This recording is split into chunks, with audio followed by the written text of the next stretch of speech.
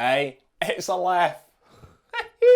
Right, that needs a tippy toppy too. No doubt about that, people. Although I'm not sure it does it? Do you need to be giving a 9% beer a tippy toppy too? Probably not.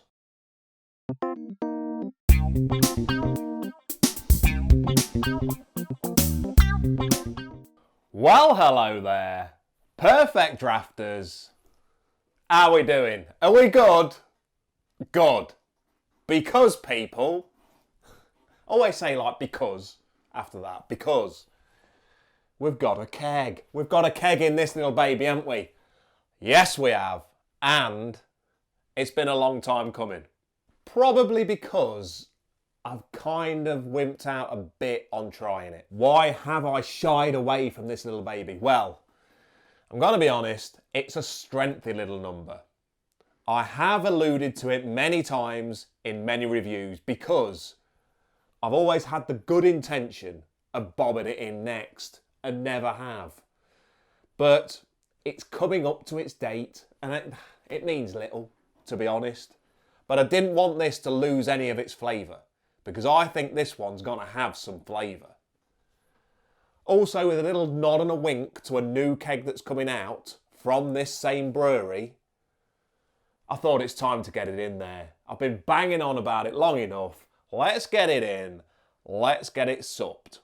In fact, let's get it sipped because this one is definitely a sipper, not a supper. The reason being, this is a 9%er. And the name gives that away because it is Leffe Rituel 9. Rituel 9, there she blows. So with that kind of ABV, we know it ain't going to be cheap, and it isn't. It's £43.90 of your finest. So a bit of a stinger to the wallet. You know, it's not one of those like that I'm going to review, just like have half and then lob it down the sink. Huh? I wouldn't do that with any beer. That would be sacrilege. But, you know, paying £43.90, I'm going to enjoy that full keg. Not tonight, because I would be battered, yeah? Not going to do that in one night, not going to do it in a week. But I am going to have a sip over several nights, hopefully have a few mates around at the weekend to help me through it. That's the intention. So let's hope it's not an absolute belter and gets me carried away, yeah? Now, I am on my holidays, so that also does help. Knowing you've not got work the next day, that helps. It does. So, I've been on a little break, you can tell by the tan, and I'm just kind of finishing that off now. So I thought, what better way to finish off that little break than with a top-class sup or a top-class sip. So this is the strongest of the Leffe range, which is a good job really at 9%. You wouldn't want much stronger than that, would you? Let's face it. And in 2015, which is a while ago now, let's face it, but still, it did win the world's best strong Belgium-style pale ale award.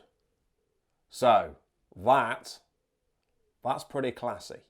This is apparently a very deep golden beer with that grain, the spiciness, and hints of banana. That's what I'm going to be looking for. I don't really care. I just want it to be a good sip. That's it. That's all I want. Nice flavours to come through. I know I'm going to get the strength on this one, which can, you know, lift that beer to another level. It can, but you've just got to be careful with it. The reviews on the PerfectDraft website, they're varied. You know, people do say, look, please be careful. They also say, this is a lovely winter beer. Yeah, it's a nice warmer. Yeah, a winter warmer, which I could imagine that being. Now we are in the midst of a European heat wave. In the UK, let's face it, it's pretty chilly for this time of year, so it could still be fine for me in the UK. Now this does come in and out of stock. I'm pretty certain it's not one of those that flies off the shelves, but I think it has been a mainstay ever since I've had the PerfectDraft for well over 2.5 years now. That's always been on there. So it's obviously one that is going to stick around.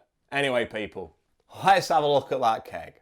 Let's do the pour. I'll bring it in. We'll have a look at what it looks like. I'll bring it back. I'll have a sup. I'll let you know what I think. I'll have some snackage, usual order of play, people. Then I'll let you know what I think to the beer, what I think to the snack. I'll rate them both. Let's get it done. Let's have a look at that keg. So there's the keg then, people. Leffe Rituel 9. That's what we're talking about. Lovely royal blue background. Loving it. That standard Leffe logo. Yeah, lovely. Stained glass window. There's the Abbey. We're talking a Belgian beer. That's what we're talking. Notes, subtleties, difference. There's my nice Belgian or French accent. Yeah. But basically, it's telling us it's fruity. It looks dark and golden in that glass, in that standard Leffe chalice glass, again, that we all love. Let's get it poured, people.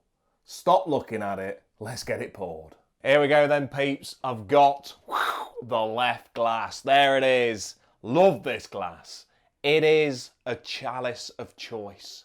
Yeah. Which sounds a bit Game of Thrones-ish, doesn't it? Never watched the programme, so I don't know why it sounds like that. But I've got a feeling if I did watch it, it would sound like it. Anyway, this, the Stella chalice, and the Moretti glass are 3 top glasses should you wish to pursue any. Anyway, let's get this poured into this little baby. Let's go. Doing it a bit cock-handed.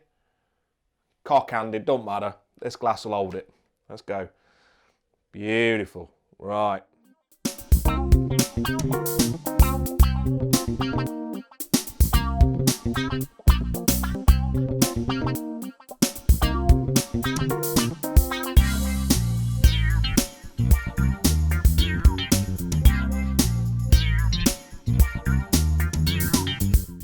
All I'm gonna say is, oh, look at you. Look at that. Right. Let's bring it in. Not lying there, are they? With that deep golden colour. Let's go. Wozers, McWozers. Yeah, whatever that means. That is deep and golden. Let's give it a little bit of a wipe. Look at it. That is a beautiful looking beer. There's no doubt about it. That compact white foam head there is compact and it is white. Yeah, look at that. I'm not seeing many bubs. You don't need it really in this. There's some. There is some. You know, looking a bit closer. Very small, slow moving carbonation. That's what I'd say to that. But that, I'm smelling it. I'm smelling that Leffe twang straight away. Anyway, people, let's see what it tastes like. I'm looking forward to this beauty. Hey, it's a Leffe. Right. That needs a tippy toppy too. No doubt about that, people. Although I'm not sure it does it? Huh? Do you need to be giving a 9% beer a tippy toppy too? Probably not. But when it looks like that, let's give it a go. Look at that. That looks like a glass of perfection. I tell you, I've even got a bit of domage there. Right. It's been a long time coming. Let's get stuck in. Cheers, Perfect Drafters. Let's have a go.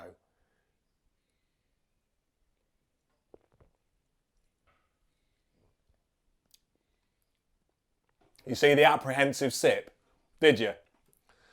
Because normally I'd have probably 3 or 4 gulps. They were sips. They were sips. Yeah, you know, with like a Leffe blonde, you taste that Leffe twang big time. And it's still a nice kind of, you know, blonde ale.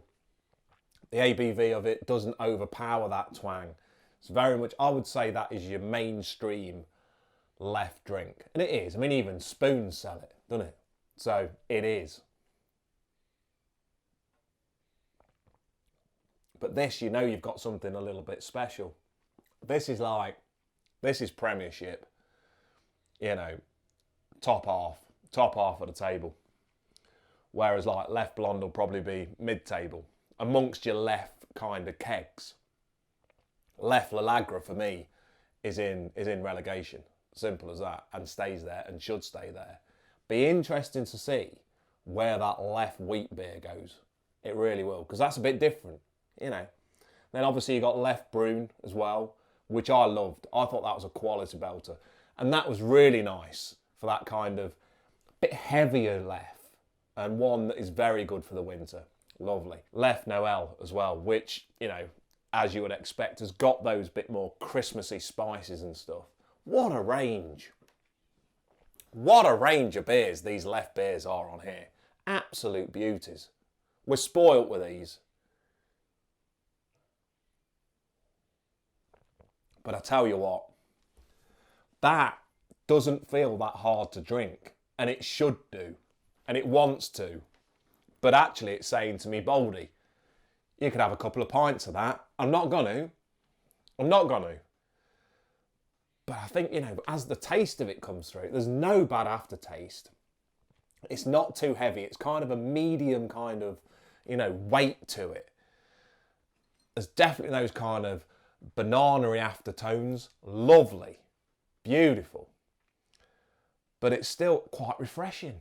I've got it set to 5 degrees, which is what the recommended temp is from the app. And I think that does bring some nice flavours through. But I don't think this is going to be bad at all at 3 degrees. If you've got the original, you're still going to have a treat. Absolute treat. It's one to be respected though. Lovely taste. Keeping its head nice. Some nice lacing of the glass. Lovely kind of weight. Like I say, nice aftertaste. Yeah, I mean, you can't knock that back in the kitchen. Go into the front room and say to the missus, I've not had a beer. Because she'll know you've had a beer. Without a shadow of a doubt. But, yeah. Say, look, it was worth it. It was a beauty. Anyway, I'm not going to rate it because I'm going to have some snackage first. So I was in Home Bargains, my good old Home Bargains, and I spotted these, obviously, because I bought them. If I didn't spot them, it'll be hard to, like, take them off the shelves. But I thought, I like salt and vinegar, and that's what these are. I thought also, that bag, that designer bag, is striking me, yeah? It's got a fella there doing a kind of look, you know, with a drawing of some glasses on. It looks like he's been tangoed, but on a very cold day. And basically, they're salt and vinegar flavour. So I'm thinking, are they a nice sharp salt and vinegar flavour? I'm hoping so. I'm thinking chipsticks. That's what I'm thinking, because I love chipsticks. They're a little bit greasy, yes, the original, you know, the standard original chipstick. A little bit greasy, but lovely salt and vinegar taste.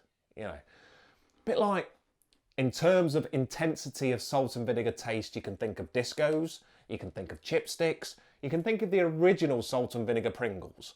But I would say chipsticks are top draw when it comes to the intensity of salt and vinegar taste.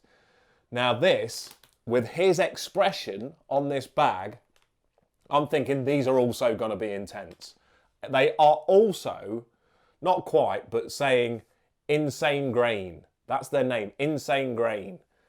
Although what they've done is put the I the other way round to make it look like an exclamation mark. Very clever people.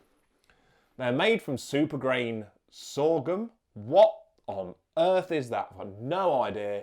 Is that good for me, bad for me? I've no idea. But they are saying 34% less fat. So therefore I'm thinking they're saying it's good for you. It also has hashtag gut health. I'm never using that hashtag. It's got it there though. I'm sure you cannot have any style of snackage that's good for your gut. But it's there. I mean, it's bad nowadays, isn't it, that they've got to put stuff like that on a bag, and it's not appetising type terminology, is it? You know, gut.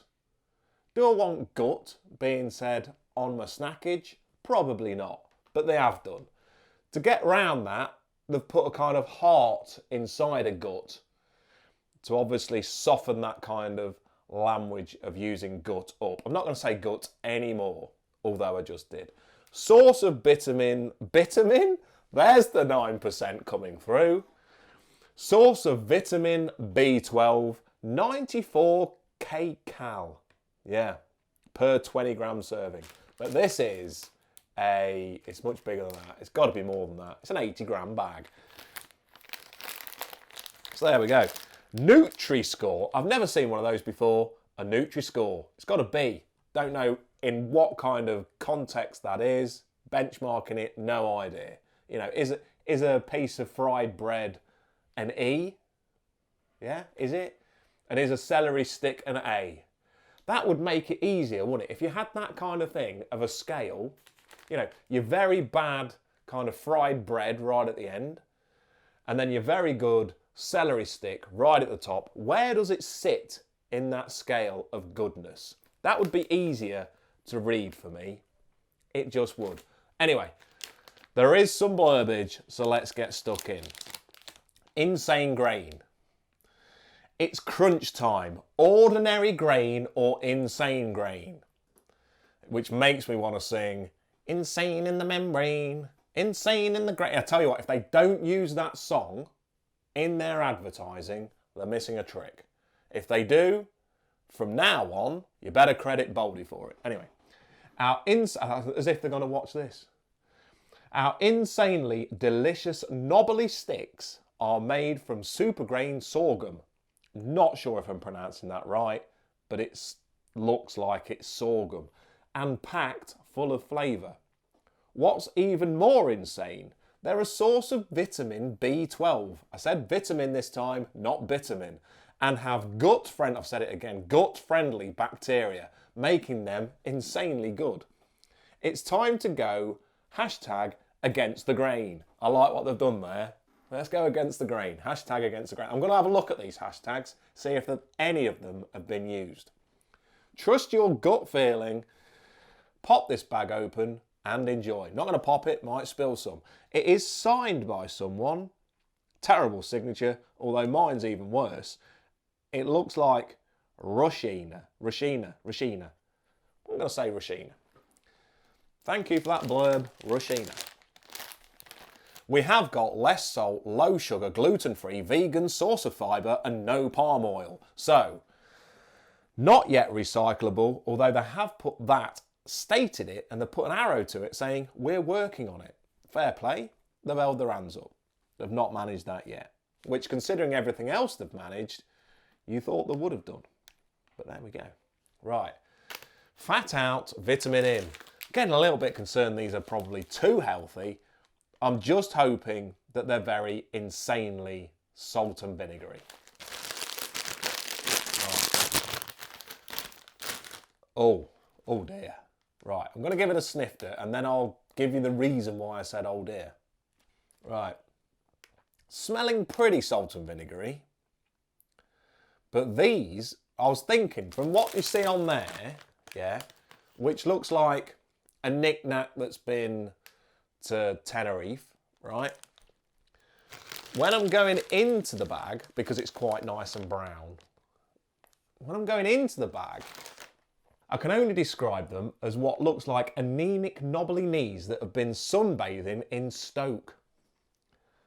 Look at them. Look at them. They're paler than me. And I'm pale. I put sun factor 50 on no matter where I go. These look like they've had sun factor 100 on. Blimey, I've never seen such anemic looking crisps. Anyway, they're all like it. Got to give them a bit of a shake. Just in case. Give them a fair go. Come on. Don't judge a book and all that. Right, here we go. So 2-finger grab. Let's go.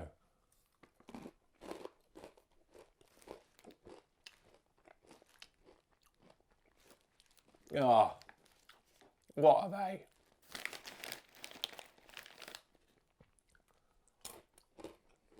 They're weird. Right.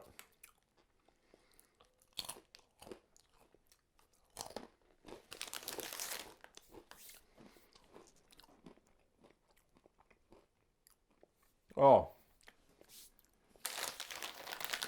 I'm glad they're good for you because the taste's no good. I mean, that chap there, with his face. I don't know what he's just heard, but he ain't heard someone's, or perhaps he has. Perhaps he's surprised because someone said, they're nice. They're weird. They're kind of soft. They're like they're a, you know, if you do imagine a knick-knack that's old and the bag's been open for a while, you find them and think, I can't resist them, they're still a knick-knack, and pop it in. It's like that. It's like it's gone soft. It's a bit off. The flavour's not awful, but not great. It's certainly not insanely salt and vinegar, which is what I wanted. It's what I wanted. Nowhere near a chipstick, people. Obviously, chipstick, they're the fried bread. I bet these are like a celery stick. No. Oh, no. Right, I mean, look, they've got some dry edge of the mouth, you know, so for a beer snack, you could maybe have them if you're really minding yourself, and maybe they are good for your gut. You know, and let's face it, you know, with all the kind of low-cal beers that are about now, and, you know, everyone's looking after the health and stuff, and fair play. You cannot just disregard your health. All for that. Right, don't do that. But I don't know. I just don't think I can do it. You know. It's either a case of like, if you had that 3 nights a week with, I don't know, low C beer, whatever that is, yeah. But you can have it 3 times, or you have a bag of chipsticks and a nice beer on one night, and that equals the same. I've got no idea if that's the case, but if that is the case, I'm picking the one night over the 3 nights. You see what I'm getting at? It's that kind of quality over quantity. You know, I'd rather have 3 chipsticks than that whole bag of those insane grain baked knobbly sticks. Yeah. I'm sorry to the Leffe Rituel 9, because often a good beer snack will complement the beer, lifting my scoreage of said beer. That ain't going to happen with these because they are just no good. I'm sorry. They're probably good for you, and fair play to this company, whoever they are, for, you know, trying to do a snack that, you know, is a bit healthier. But they're not for me. Not for me. Right. Let me grade them. Then they're getting, just because they're a bit healthier, I'm going to give them a bit of a score because, you know, you can chomp on them. I don't know how good for you they are. So if they are very good for you, fair play. Have a little bit of a chomp on those. It's better than no, but only just. I'm going to give them a 4. And that's a generous 4. Yeah. Definitely not buying them again. This, let's have another little sip.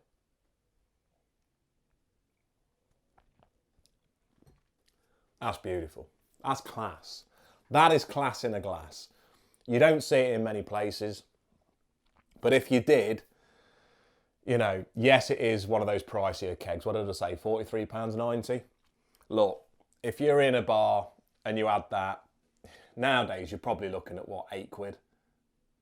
And you'd have it, you'd sit there in the corner, hopefully with someone, not just on your Todd. And you'd sip it and think, that's £8 well spent. I'm going to sit here, watch the fire burn, if they've got a nice fireplace, watch a few people, you know, if you are on your own, and just sit that and enjoy it and soak in the atmosphere. Lovely. If you're at home, you know, and you've got this, then you've got a little treat, haven't you? Because you've got that on tap. But look, you know, just go easy on it, because I can tell that is a strong one. It is. We know it is. It's 9%. Just go easy on it. But it's a nice single pint or a half of an evening. It's one to have a bit of a luxury time with, you know, a bit of me time. that is. Sit back in a nice old, you know, chaise long, watch a bit of Praro and go, what's that? That's Leffe Rituel 9. That's what that is. You know, obviously you're saying it to yourself because the kids and the missus have gone out, but that's fine.